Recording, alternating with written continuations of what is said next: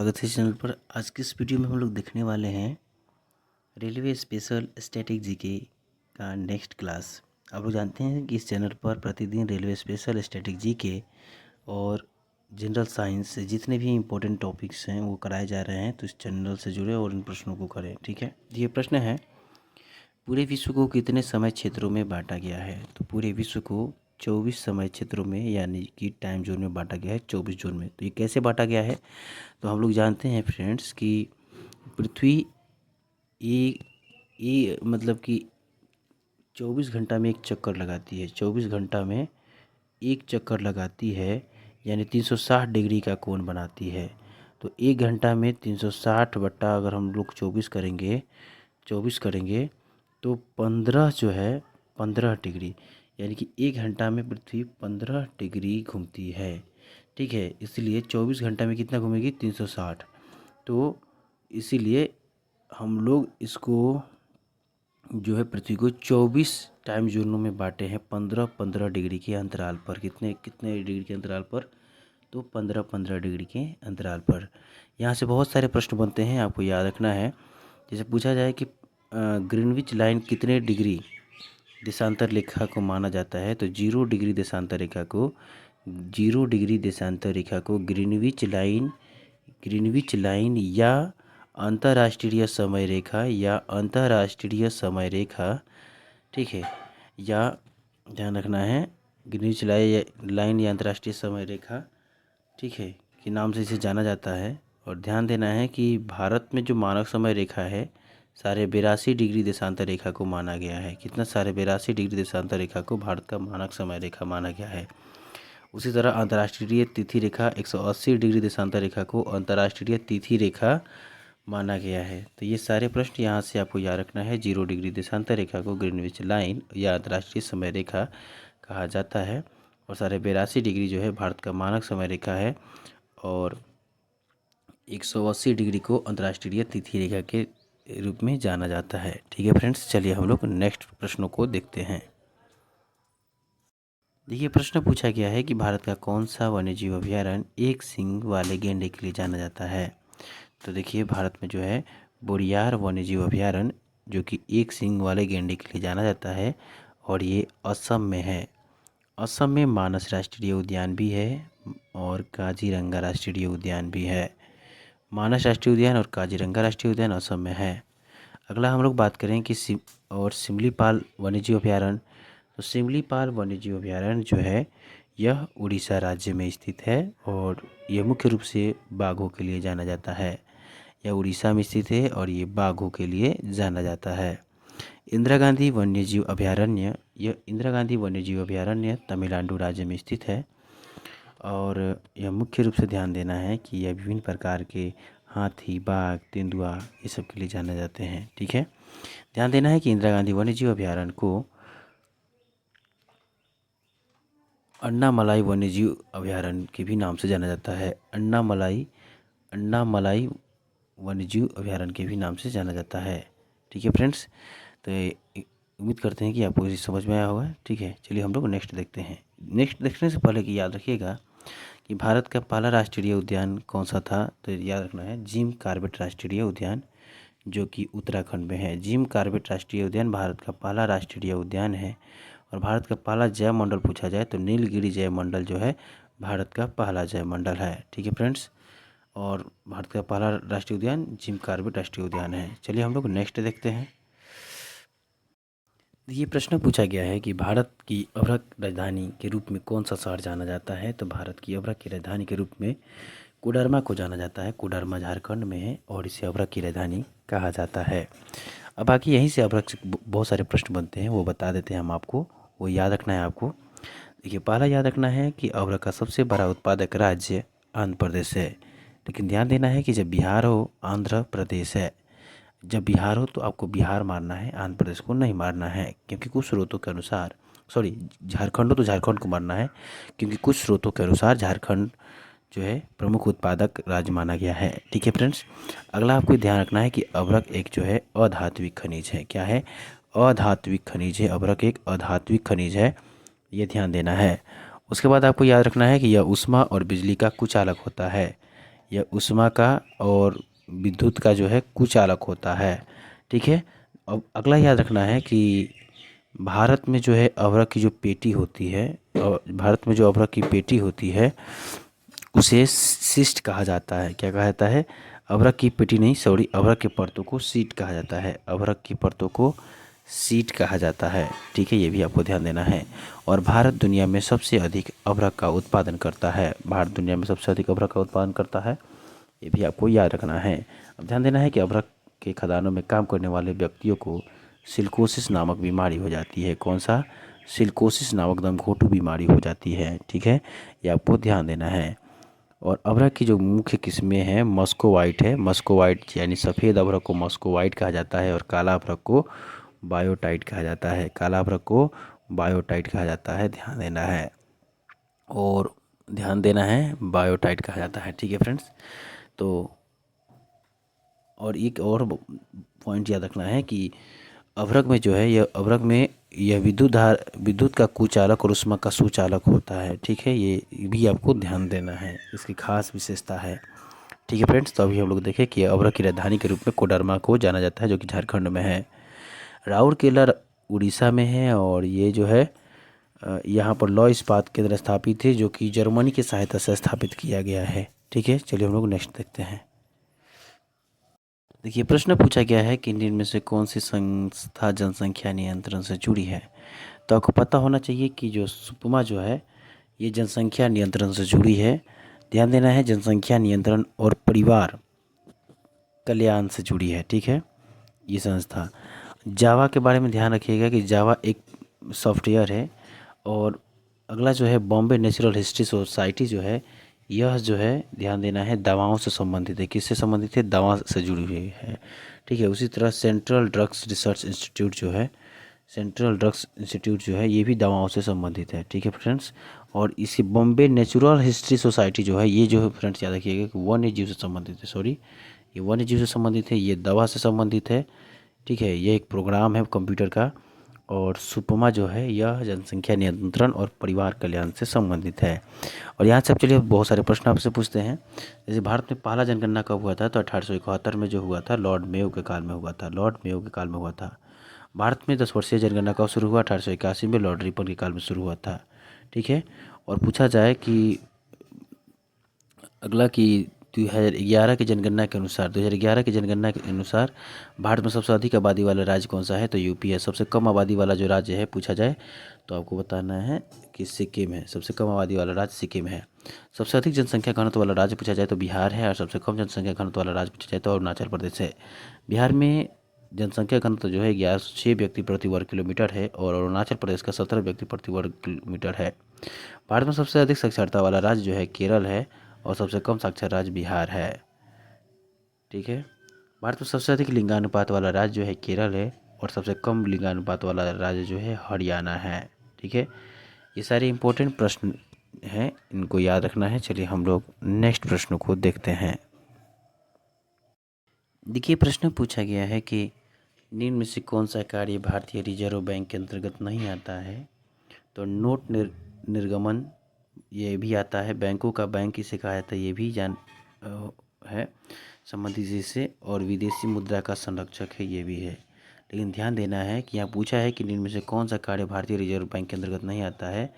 जनता bank जो है, ध्यान देना है कि जनता बैंक भारतीय रिजर्व बैंक के अंतर्गत नहीं आता है। ठीक है फ्रेंड्स, अब आपको कुछ बातों को यहाँ ध्यान देना है कि भारतीय रिजर्व बैंक के बारे में।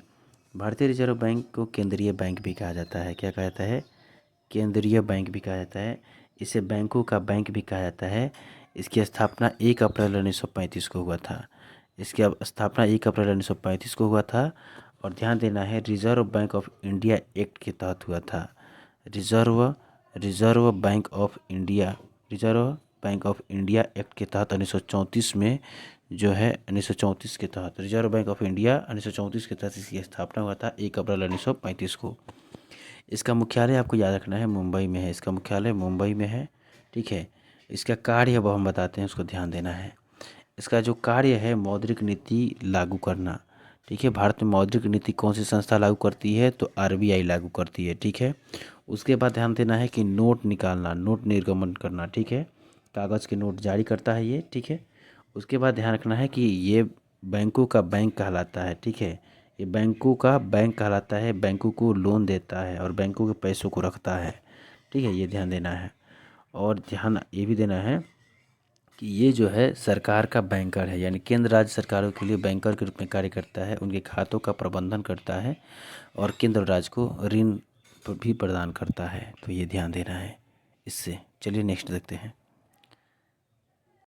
देखिए प्रश्न पूछा गया है कि जंतर मंतर कहाँ स्थित है। तो जंतर मंतर जयपुर में स्थित है, राजस्थान के जयपुर में स्थित है। और अजमेर के बारे में आपको पता होगा, अजमेर ये भी राजस्थान का एक प्रसिद्ध शहर है और यहाँ ख्वाजा मोइनुद्दीन चिश्ती का दरगाह है। ख्वाजा ख्वाजा जो है ख्वाजा मोइनुद्दीन चिश्ती का दरगाह अजमेर में ही है और इसको ध्यान देना है, यह मुस्लिमों का एक तीर्थ स्थल है। बूंदी भी जो है ये राजस्थान का एक ऐतिहासिक शहर है और यह सुंदर महलों और किलों के लिए जाना जाता है और बावड़ियों के लिए, ठीक है। अलवर भी आपको पता होना चाहिए कि यह राजस्थान का एक ऐतिहासिक शहर है जो कि सरिस्का बाघ अभयारण्य के लिए जाना जाता है। सरिस्का बाघ अभयारण्य जो है राजस्थान के अलवर ज़िला में ही है। तो ठीक है फ्रेंड्स, ये इसको आप लोग याद रखिएगा। चलिए हम लोग नेक्स्ट देखते हैं। प्रश्न पूछा गया है कि निम्न में से कौन सी ठंडी और शुष्क स्थानीय हवाएं हैं। तो ध्यान देना है कि हिमवेल जो है शुष्क और ठंडी और शुष्क स्थानीय हवा है। यह हिमालय क्षेत्र में बहती है। ध्यान रखना है कहाँ बहती है, तो हिमालयी क्षेत्र में बहती है। और याद रखना है कि यह सर्दियों के महीनों में बहती है। यह कब बहती है, तो सर्दियों के महीनों में बहती है हिमालय क्षेत्रों में हिमवेल। और ध्यान रखना है कि ये ऊंचाई से नीचे की ओर बहती है, ठीक है। ऊंचाई से नीचे की ओर बहती है और इसके बहने से तापमान में काफ़ी गिरावट आता है, ठीक है। तो ये हिमालयी क्षेत्र में बहती है सर्दियों के मौसम में और ये ऊंचाई से नीचे की ओर बहती है और इसके बहने से तापमान में गिरावट आती है, काफ़ी गिरावट आती है, ठीक है। तो हिमवेल के बारे में समझ में आया कि हिमवेल यह हिमालय क्षेत्र में बहती है, ठीक है। अब देखिए उसी तरह बोकानो के बारे में देखिए। तो बोकानो यह जो है गर्म और शुष्क स्थानीय हवा है। कैसा है, यह गर्म और शुष्क स्थानीय हवा है, ठीक है। और ध्यान देना है यह स्पेन के भूमध्य सागरीय तट पर बहती है। स्पेन के भूमध्य सागरीय तट पर बहती है, ठीक है। भूमध्य सागरीय तट पर बहती है, ध्यान देना है। ये गर्म और शुष्क हवाएं हैं जो स्पेन के भूमध्य सागरीय तट पर बहती है। लू देखिए, यह उत्तर भारत पाकिस्तान के मैदानी इलाकों में, यह उत्तर भारत में और पाकिस्तान के मैदानी इलाकों में, ठीक है, पाकिस्तान के मैदानी इलाकों में गर्मियों में बहने वाली गर्म हवा है। गर्मियों में बहने वाली गर्म और शुष्क हवा है। गर्मियों में बहने वाली गर्म और शुष्क हवा है, ठीक है। तो ध्यान देना, यह गर्म और शुष्क हवा है जो उत्तर भारत और पाकिस्तान के मैदानी इलाकों में बहती है, ठीक है। और उसी तरह बोकानो के बारे में आपको पता चल गया कि गर्म और शुष्क हवा है, स्पेन के भूमध्य सागरीय में क्षेत्र में बहता है। हिमवेल जो है ठंडी और शुष्क हवाएं हैं, ठीक है, जो कि सर्दियों के महीना में हिमालय क्षेत्र में बहती है ऊंचे से नीचे की ओर और इससे बहने से तापमान में काफ़ी गिरावट होती है। चलिए हम लोग नेक्स्ट प्रश्न देखते हैं। देखिए प्रश्न पूछा गया है कि शांत समुद्र और तूफानों का महासागर किस ग्रह पर स्थित है। तो ध्यान देना है कि शांत समुद्र और तूफानों का जो महासागर है वो चंद्रमा पर है। कहाँ है फ्रेंड्स, चंद्रमा पर है। ध्यान आपको देना है इसके बारे में कि वास्तव में इन समुद्र में और महासागर में पानी नहीं होता है, ठीक है। यहाँ पे पानी नहीं होता है। ये ज्वालामुखी गतिविधि के कारण ये बने हुए हैं। ये यहाँ पे ध्यान देना है, यहाँ समुद्र महासागर में पानी नहीं होता है। ध्यान देना है, चंद्रमा पर स्थित है और वास्तव में मारिया कहलाने वाले विशाल अंधेरे का मैदान है। यह विशाल अंधेरे का मैदान है, ठीक है, अंधेरे का मैदान है और मारिया कहलाने वाले विशाल अंधेरे का मैदान है, ठीक है। इसे मारिया कहा जाता है इस अंधेरे के मैदान को। जो प्राचीन ज्वालामुखी गतिविधियों के कारण बने हैं। इनका नाम जरूर समुद्र और महासागर है, लेकिन यहाँ चंद्रमा पर पानी नहीं है। ठीक है। अब देखिए वरुण के बारे में। तो वरुण के बारे में आप लोग जानते हैं कि यह सौरमंडल का आठवां और सूर्य का सबसे दूर, आठवां और सूर्य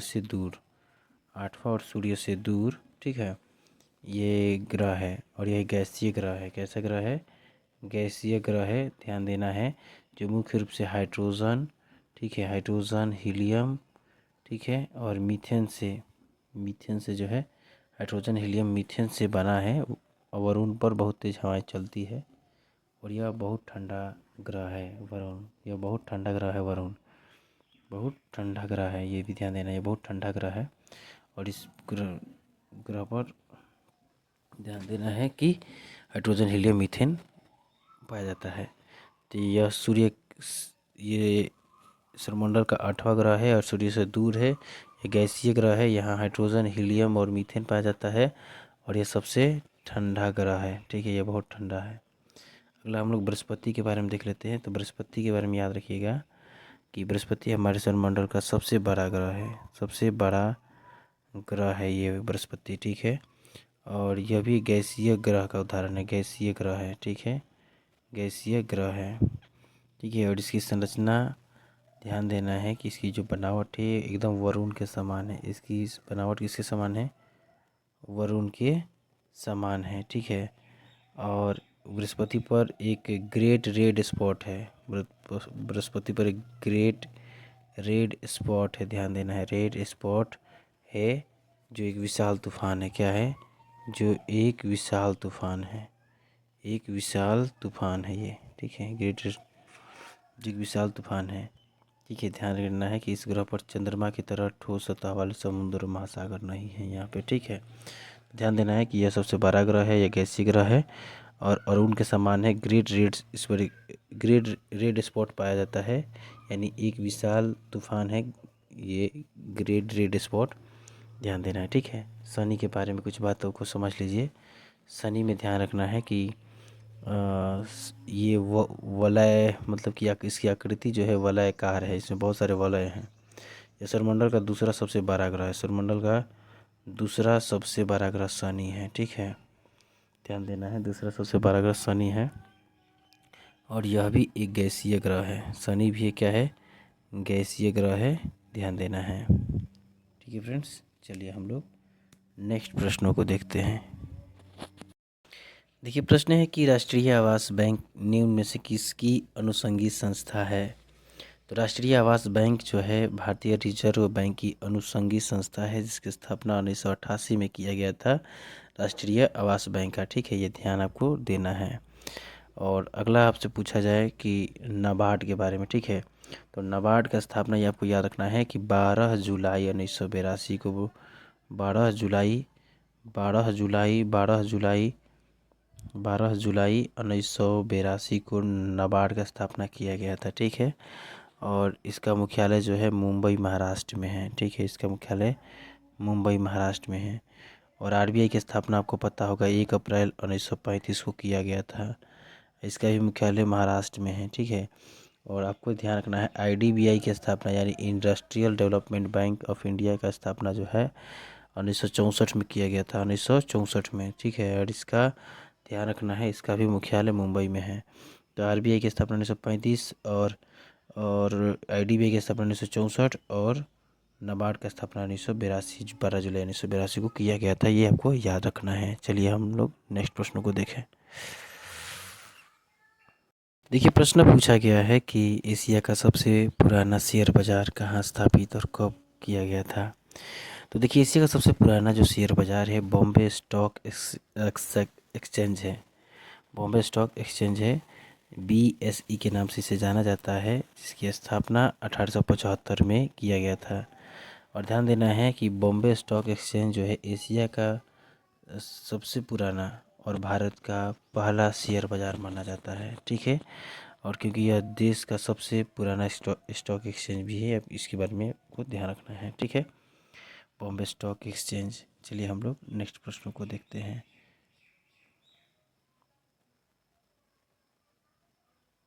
देखिए प्रश्न पूछा गया है कि राष्ट्रीय अग्निशमन सेवा महाविद्यालय कहाँ अवस्थित है।